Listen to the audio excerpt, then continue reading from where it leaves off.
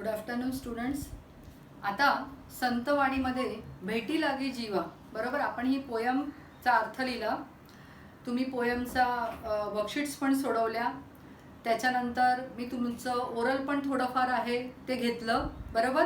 आता आपण करणार आहोत ब्रीफ आन्सर्स. ब्रीफ आन्सर्स करताना आपण दरवेळेला ब्रीफ आन्सर्स कसे करतो, 2-2 ओळी बोलतो, मी बोलते मग तुम्ही बोलता, बरोबर आहे.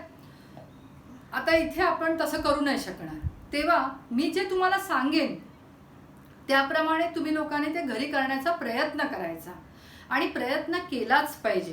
कारण काय आहे, बुधवारी जेव्हा म्हणजे वेनसडेला मी जेव्हा ओरल घेणार, ज्याला बोलता नाही येणार मी प्रत्येकाकडनं ते एक आन्सर 2 वेळा बोलून घेणारच घेणार, कळलं. मग तुम्ही बघून बोला नाहीतर न बघता बोला. आलं लक्षात. न बघता बोललेली मुलं मला बरोबर कळणार. ज्यांना येत नसेल त्यांनी माझ्या समोरच ते आन्सर कमीत कमी 2 ते 3 वेळा बोला. आलं लक्षात. तुम्ही जर मला कोऑपरेशन दिलं तरच हे एवढे मोठे आन्सर होऊ शकतात, अदरवाईज पॉसिबल नाही. कारण संतवाणीच्या दोन्ही ह्याच्यावर मिळून 4 आणि 4 8 ब्रीफ आहेत. ओके. त्याच्यानंतर तुमचे काझीरंगा हा जो पूरक पठण आहे त्याच्यावरती पण जवळपास 8 ब्रीफ आहेत. तेव्हा तुम्हाला हे ब्रीफ करावेच लागणार. फक्त आणि फक्त वर्कशीट सोडवून फक्त किती मार्क मिळणार, जर 20 मार्क्सची तुमची युनिट झाली तर फक्त 8 मार्क्सला तिकडे असते तुमची वर्कशीट, बाकी हे सगळे ब्रीफ्स येतात. आलं लक्षात. आता बघा, संत तुकारामांनी पांडुरंगाच्या भेटीबाबत दिलेल्या दृष्टांतातील तुम्हाला आवडलेला दृष्टांत स्पष्ट करा. म्हणजे कोणतं एक्झाम्पल तुम्हाला आवडलं. श्री विठ्ठलाचे दर्शन व्हावे म्हणून संत तुकारामांच्या मनाला ध्यास लागला आहे. श्री विठ्ठल को देखने के लिए उनके मन क्या हो गया है, आतुर हो गया है. या अभंगात खूप दृष्टांत दिले आहेत, पण भुकेली व बाळ अतिशोक करी हा दृष्टांत मला खूप आवडला. कसं करायचं, श्री विठ्ठलाचे दर्शन व्हावे म्हणून संत तुकारामांच्या मनाला ध्यास लागला आहे. या अभंगात त्यांनी दृष्टांत दिलेले आहेत, पण भुकेली व बाळ अतिशोक करी हा दृष्टांत मला खूप आवडला. मैं जैसे बोल रही हूँ वैसे आप घर पे मेरे साथ बोलोगे, मतलब मेरा वीडियो ऑन करो और अपना आंसर सामने रखो और बोलना शुरू करो मेरे साथ. समझ में आया. अभी देखो, आई आणि बाळ यांच्या ममतेचे नाते यातून ठळकपणे दिसून येते. उनके बीच का जो प्यार होता है वो दिखाई देता है. कैसे बोलोगे, आई आणि बाळ यांच्या मनातले नाते यातून ठळकपणे दिसून येते. भुकेला बाळ जसा आईजवळ हट्ट करतो, खायला द्यावे म्हणून आक्रोश करतो, कारण तिची भेट व्हावी हे त्याचे ध्येय असते. ये इतना करने का. बस देखो, भुकेलेला बाळ जसा आईजवळ हट्ट धरतो, खायला द्यावे म्हणून आक्रोश करतो, कारण तिची भेट व्हावी हे त्याचे ध्येय असते. हो गया सेकंड पॅरा. या अभंगात देखील विठ्ठलाची भेट होणे हे संत तुकारामांचे ध्येय आहे, म्हणून हा दृष्टांत मला खूप आवडला. 3 पार्ट में करना है. पहिला देखो, आई आणि बाळ यांच्या ममतेचे नाते यातून स्पष्टपणे दिसून येते. हो गया एक ब्रॅकेट. सेकंड, भुकेलेला बाळ जसा आईजवळ हट्ट करतो, खायला द्यावे म्हणून आक्रोश करतो, कारण तिची भेट व्हावी हेच त्याचे ध्येय असते. ये हो गया सेकंड. बराबर. इतना करने का बाय हार्ट. उसके बाद या अभंगात देखील विठ्ठलाची भेट होणे हे संत तुकारामांचे ध्येय आहे, म्हणून हा दृष्टांत समर्पक वाटतो.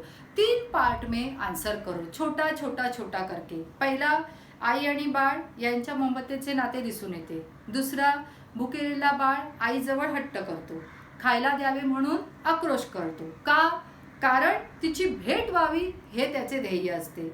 या अभंगात देखील वो क्या कर रहे संत तुकाराम, विठ्ठलाची भेट होणे हे संत तुकारामांचे ध्येय आहे, म्हणून हा दृष्टांत समर्पक वाटतो. समझ में आया आपको. इस तरह से चकोराच्या दृष्टांतातून संत तुकाराम काय सिद्ध करू इच्छितात हे तुमच्या शब्दात लिहा. देखो, चकोराच्या माध्यमातून संत तुकाराम महाराज सांगू इच्छितात की ज्याप्रमाणे चकोराला फक्त चंद्रकिरणांची आस असते, मतलब क्या है, उसको इच्छा होती है किसकी, चंद्रकिरण की, कारण चंद्रकिरण हेच त्याचे जीवन असते, क्योंकि वो चंद्र का किरण जो है वही उसका क्या होता है, जीवन होता है. समझ में आया.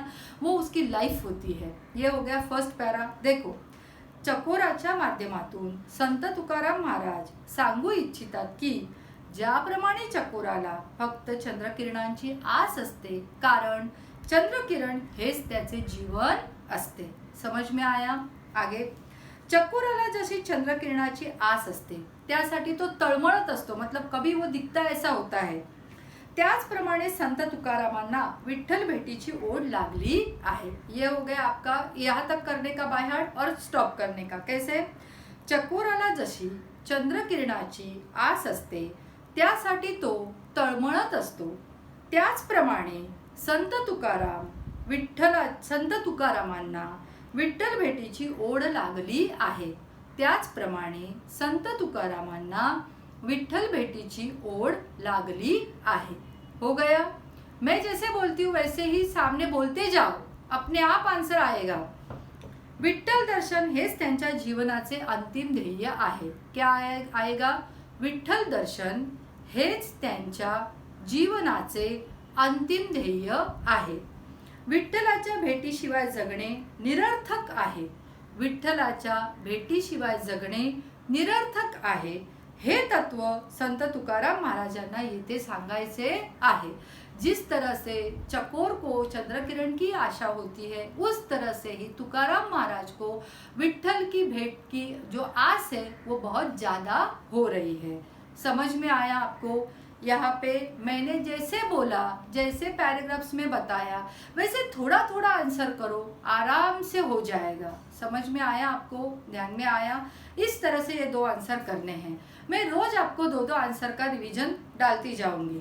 कल आपको ओळींचा अर्थ डालूंगी, बराबर? वो कैसे करना है वो बाद में बताऊंगी। ध्यान में आया आपको? समझ में आया? ओके, चलो बाय।